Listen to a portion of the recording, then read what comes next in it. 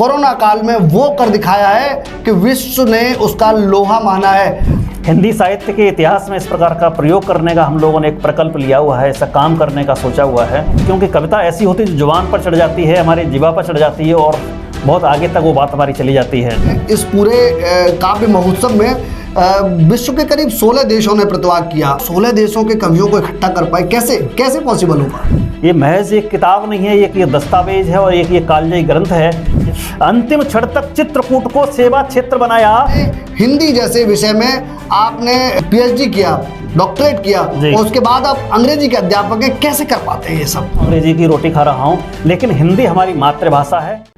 नमस्कार साथियों, तो फिर आज वक्त हो चला एक ऐसी शख्सियत से रूबरू होने का जिसने जनपद में ही नहीं, प्रदेश में ही नहीं, देश में ही नहीं, बल्कि भारत माता का नाम पूरे विश्व में रोशन किया है। हमारे साथ हमारे स्टूडियो में मौजूद हैं डॉक्टर राजीव पांडे, जो कि देश विख्यात गीतकार हैं, साहित्य की दुनिया में एक अनोखा परचम लहराने वाले हैं, हमारे जनपद के वाशिंदे हैं। और ख़ास बात यह है कि आपने अभी कोरोना काल में वो कर दिखाया है कि विश्व ने उसका लोहा माना है। आपने भारत रत्नों को संचित करके उनमें से कुछ चुनिंदा पुष्पों को इकट्ठा करके और उसके बाद जो संकलन किया है, वो संकलन अभी जल्दी में ही देश के बड़े मंचों पर उसका विमोचन भी किया गया है। ऐसी शख्सियत हमारे बीच मौजूद हैं, हम उनसे बातचीत करेंगे।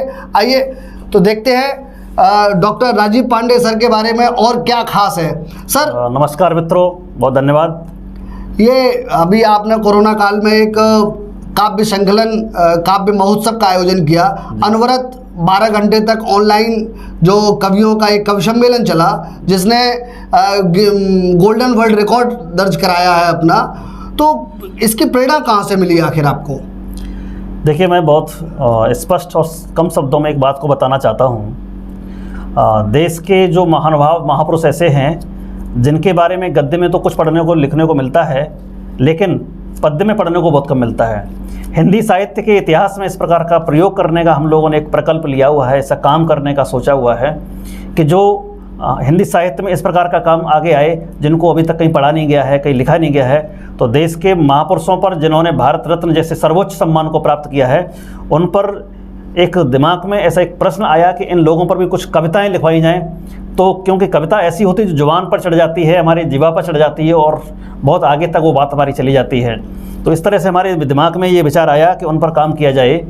तो उस काम को करने के लिए हमने जो लगन और जो निष्ठा और अपने मित्रों के साथ एक मेहनत की, उसका फल आपके सामने, आपके हाथों में है, समय है। जी सर, बहुत अच्छा आपका ये जो है सो काव्य रत्न हम लोगों को लगा भी कि ये जिस संकलन को आपने किया है, वो संकलन अपने आप में एक बड़ा तारीफ का विषय भी है और आपको प्रणम्य भी है कि आपने इतना बड़ा पूरे विश्व से संकलन कर पाया।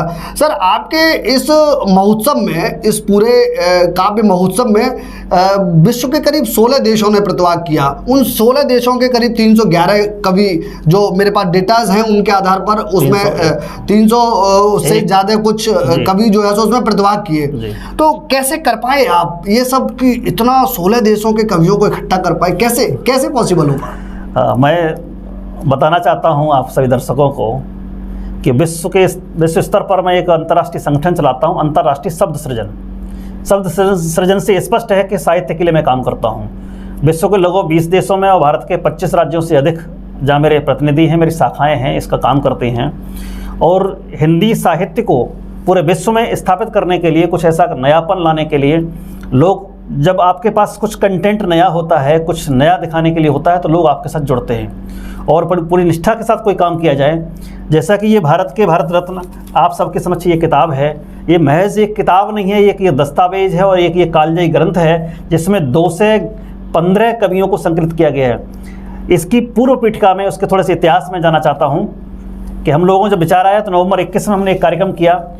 पूरे विश्व से 301 कवियों को इकट्ठा किया और 301 कवियों से अपनी जो मैंने विषय दिया भारत रत्न, उस विषय पर ही उन लोगों को लिखना था। ऐसा बहुत कम होता है कि बड़े बड़े कार्यक्रम होते हैं, वो अपनी इच्छा सुनाते हैं, लेकिन विषय देकर के लिखवाना ये हम लोगों की प्रतिबद्धता है, हम लोग ऐसा काम कराते हैं। तो ऐसा ही काम कराया कि भारत के जो भारत रत्न, जिन लोगों को भारत रत्न मिला, भारत का सर्वोच्च सम्मान मिला है, उन पर कविताएं लिखवाई जाएं। तो ऐसे विश्व के 301 कवियों से न केवल लिखवाया, बल्कि 12 घंटों के अंदर फेसबुक लाइव के माध्यम से इसको उनकी कविताएं पढ़वाईं। और उस कविता पढ़ने का ये हुआ कि भारत रत्न महोत्सव, काव्य महोत्सव हमने इसे मनाया। इस महोत्सव को golden book of world record में इसको दर्ज किया गया। ये हमारे लिए एक बहुत बड़ी उपलब्धि है। इसके लिए आपको NDTV भी बहुत सारे ढेरों बधाई देता है और आपके शब्द सृजन टीम को अग्रिम शुभकामनाएं देता है, क्योंकि आपने जो ये झंडा गाड़ने का काम शुरू किया है, मुझे लगता है ये अनवरत चलता रहेगा। ऐसे में सर एक सवाल और भी बनता है कि आपने अभी हाल ही में इस भारत रत्न का विमोचन भी कराया और भारत रत्न प्राप्त विभूतियों के ऊपर इस पर काव्य संग्रह किया। तो 301 कवियों में से कौन सी ऐसी रचनाएं थी, क्या खास देखा आपने उन कवियों की रचनाओं में जिनको आपने इस ग्रंथ के लिए संकलित किया? आखिर क्या उसके लिए पैरामीटर लगाया आपने? पहले तो मैं बताना चाहता हूँ कि अब तक केवल 48 महान विभूतियों को ये भारत रत्न प्राप्त हुआ है और हम लोगों ने ये तय कर रखा था कि भारत रत्न जो 48 हमारे हैं उन सभी पर लिखा जाए, और उन सभी पर लिखा जाए तो वो तथ्यपरक भी हो, ज्ञानपरक भी हो, उनका संपूर्ण व्यक्तित्व उसके अंदर झलकता हो। तो चूँकि 301 कवियों ने पढ़ा था, उनमें से जो हमको रचनाएं प्राप्त हुई उनको संकलित किया, कि संपादक का अधिकार होता है। संपादक के नाते मैंने इसमें 2 से 15 लोगों को इसके अंदर लिया है। उनकी रचनाओं को जब ग्रंथ आप पढ़ेंगे, आप देखेंगे तो निश्चित रूप से आपसे सराहेंगे कि बहुत बड़ा एक काम हुआ है। ये अपना प्रयास किया है, आप लोग नज़र में एक बहुत बड़ा प्रयास हो गया है, गोल्डन बुक रिकॉर्ड में दर्ज हो गया है। ये हमारे लिए भी उपलब्धि है और सब ये लोगों पूरे देश के लिए एक उपलब्धि है। हमारा काम बस चलते रहना, चरे बहती बस चल रहा हूँ, आगे प्रयास करता रहता हूँ। सर बहुत अच्छा बताया आपने कि 48 वो महान शख्सियत थी इस देश की जिनको भारत रत्न, देश के सर्वोच्च रत्न से नवाजा गया है। ऐसी कौन सी शख्सियत थी जिसके ऊपर आपने रचना दी है? इसमें हम चाहते हैं कि उस रचना पर 4 पंक्तियां आप कहें अगर, तो बहुत अच्छा लगेगा दर्शकों को भी कि आखिर आप, चूंकि इस काव्य ग्रंथ के संपादक भी हैं और संपादक होने के साथ साथ आप उस रचना के रचनाकार भी हैं जो इसमें संकलित है। जी, तो चाहेंगे कि 4 पंक्तियां। भारत के भारत रत्न एक अंतर्राष्ट्रीय काव्य संग्रह है। अंतर्राष्ट्रीय स्तर पर बहुत बड़ा इसको रिजल्ट इसका मिल रहा है, बहुत सारे लोग इसे पसंद कर रहे हैं। और चूँकि 2019 में जिनको ये भारत रत्न सम्मान मिला, नानाजी देशमुख संघ के वरिष्ठ प्रचारक थे, उसके बाद देश की बड़ी सेवा की, जिन्होंने मंत्रिमंडल में शामिल होने से इसलिए मना कर दिया था कि उनका मेरी उम्र 65 वर्ष से अधिक हो गई है, तो वो युवाओं को प्रतिनिधित्व देना चाहते थे। ऐसा महान त्यागी पुरुष जिस पर मैंने अपनी कलम चलाई है, मैं कुछ पंक्तियां रखना चाहता हूँ। यद्यपि कविता बहुत बड़ी है, मैं कुछ उनमें से छंद, 4 पंक्तियां, कुछ छंद रखना चाहता हूँ उनमें से। देखिएगा, क्योंकि आदेश है केवल 4 पंक्तियाँ। नानाजी देशमुख पर मैंने लिखा है कि यद्यपि उन्हें जन्म से लेकर के उनका जो भारत रत्न प्राप्त करने तक की जो यात्रा है, उस यात्रा को बांधने का मैंने प्रयास किया है। घना अंधेरा धुंध कोहरा रोक न रवि को पाते, घना अंधेरा धुंध कोहरा रोक न रवि को पाते, तेज पुंज की आभा सम्मुख, तेज पुंज की आभा सम्मुख निश्चर शीश झुकाते, और मौन उली की वाचन होता, मौन उलू की वाचन होता, प्राची की आभा से अपनी स्वर्ण रश्मियां लेकर बसता पर छा जाते, अपनी स्वर्ण रश्मियां लेकर बसता पर छा जाते।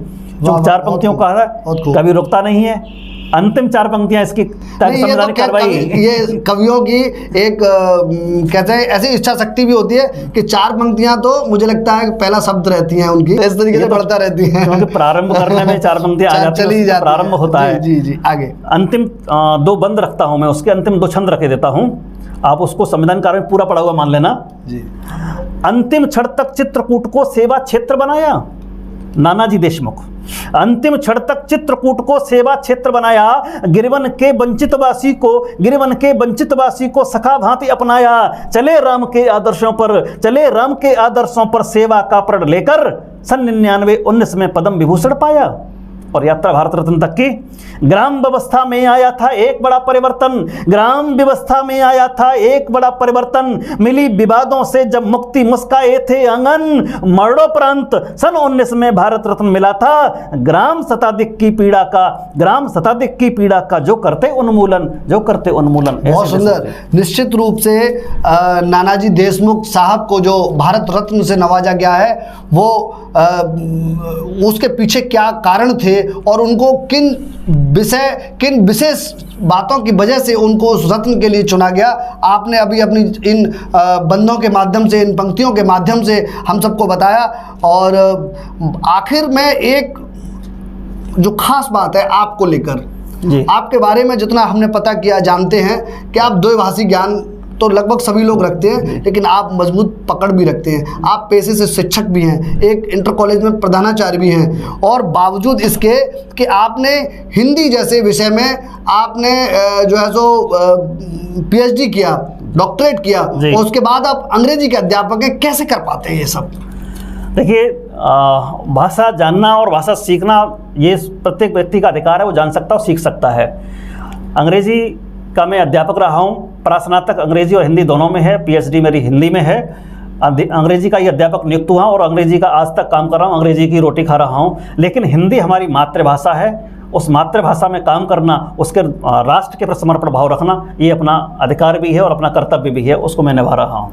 बहुत अच्छा लगा आपसे बात करके, और सबसे अच्छा लगा कि हिंदी हमारी मातृभाषा है तो हम क्यों ना कई दर्जनों भाषाओं के ज्ञाता बन जाएं, लेकिन हम अपनी मातृभूमि और मातृभाषा को न भूलें। हम उसमें निश्चित रूप से निपुणता हासिल करें और एक उस भाषा का नाम चरम पर ले जाने का काम करें, अपने देश का नाम रोशन करें, अपने माता पिता का नाम रोशन करें, अपनी कर्म भूमि, अपनी जन्मभूमि का नाम रोशन करें। ऐसी संज्ञप्ति में संजोए डॉक्टर राजीव पांडे को मैं बारंबार धन्यवाद देता हूँ कि आप हमारे स्टूडियो पधारे और दर्शकों को वो चीज़ें बताई जो कि लोगों को पता नहीं थी।